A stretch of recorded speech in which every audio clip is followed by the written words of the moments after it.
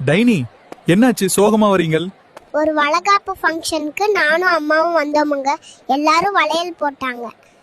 ஆனா என் அம்மாவை மட்டும் வளையல் போடக்கூடாதுன்னு சொல்லிட்டாங்க. எனக்கு ரொம்ப கஷ்டமாயிடுச்சுங்க. ஏன் டைனி அப்படி சொன்னாங்க? எனக்கு அப்பா இல்லைங்க. அதனால அம்மாவை அவங்களுக்கு வளையல் போடக்கூடாதுன்னு சொல்லி எங்க அம்மாவை ஒதுக்கி வச்சுட்டாங்க. அம்மா எவ்வளோ ஆசையா உங்களுக்கு வளையல் போடலான்னு இருந்திருப்பாங்க.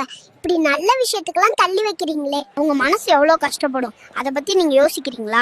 அவங்க மனசை கஷ்டப்படுத்திட்டு இந்த ஃபங்க்ஷன் அவங்கள எப்படி நடத்த முடியுது? இவங்கள மட்டும் இல்ல, குழந்தை இல்லாதவங்கள கூட நல்ல விஷயத்துக்கு தள்ளி வைக்கிறாங்க. ஃபங்க்ஷன் எதுக்கு வைக்கிறாங்க? மனசார ஒருத்தவங்கள வாழ்த்தத்துக்கு தானே வைக்கிறாங்க.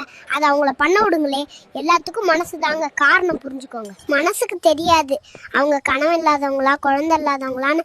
வாழ்த்துறது நல்ல மனசு மட்டும் போதுங்க. இந்த வீடியோ பாக்குறவங்களுக்கு என்ன சொல்ல போறீங்க டைனி? மக்களே, உலகம் ஏஐன்னு எங்கேயோ போயிட்டுச்சு.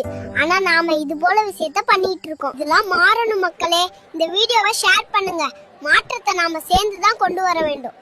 சப்ஸ்கிரைப் பண்ணிட்டு கமெண்ட்ல உங்க டைனி பேசுனதுல உங்க கருத்தை சொல்லுங்க. ஏதாச்சும் தப்பா பேசியிருந்தா மன்னிச்சிடுங்க.